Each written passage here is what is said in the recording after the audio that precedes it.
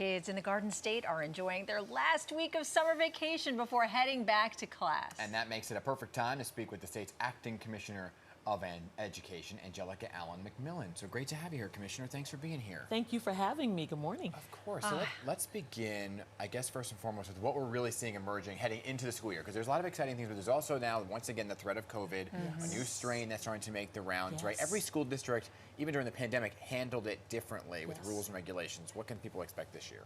So people can expect that the Health Department, which is a sister agency of the Department of Education in New Jersey, to continue to provide guidance. We have protocols and procedures in place to ensure that all of our students and the educators are safe. So we're very excited going into a new school year that people know what to do in the event of a need to make any shift in their practice. All right, so now let's talk about the beginning of the month. Yes. The State Board of Education passed the Equity Code. I've heard that a lot of school districts say there's not going to be a lot of big changes that you're even going to notice, but can you lay it out for us what exactly it is? What is the Equity Code? Yes. So with our administrative code, which we often refer to this particular code as Chapter 7, which deals with equity and equality in schools, which was first initially enacted in 2003 to ensure that we capture all of our students, those who may have different needs. And so over time, we review our code typically every 7 years, and the last major change was in 2016. And what it does is it protects all of our students from discrimination. It provides equity in their settings, and I just want to clarify what is often stated as inaccuracies, that we are requiring school districts to make changes for gender norming, gender neutral practices. That is not true. All we are doing is saying that every student in our schools deserves to be in an environment where they feel safe, they are protected, and they feel comfortable. There was some controversy around it, right? So that clarity, I think, will hopefully answer some of that controversy and confusion that there may have been. Which brings me to the next topic, which is girls' sports overall in schools, right? This is a big topic playing out not only in New Jersey, really around the country.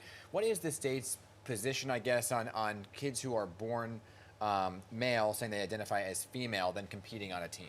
Yes, so our Chapter 7 guidance does not speak to sports. That is governed separately by NJSIAA. And so we leave a lot of the decisions to our local school districts that are governed by their local boards of education.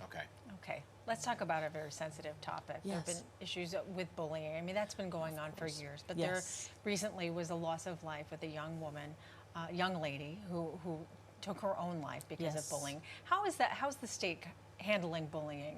I mean, it's become such a bigger issue lately.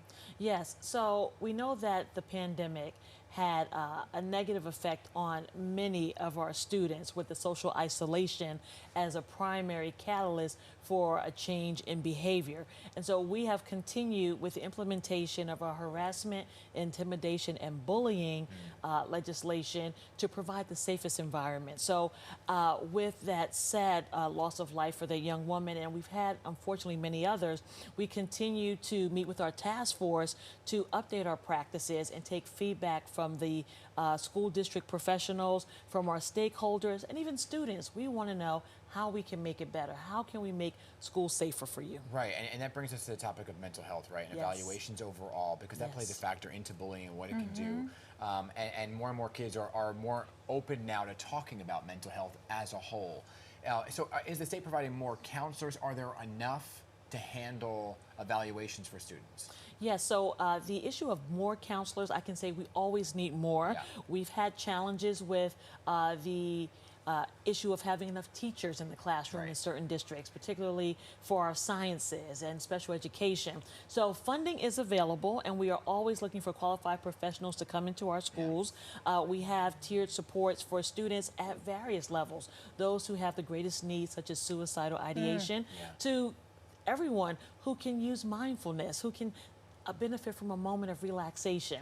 So the funding is available, and we've put out a lot of funding. I'm going to say in a total of $25 million in the current grant period. Real quick, to pitch the teachers, because you're saying you need some. What's the pitch to get some? Is it get them in. A salary issue? You know, what's the pitch to grab some folks over? So the pitch is our certification fee holiday in New Jersey. This year, from July 1st through June 30th of 2024, all fees are waived for teachers who are individuals who want to become teachers and those who are currently teaching who want to add to their endorsement. So if you're a mathematics teacher and you have a science background, get that science certification as well. Good.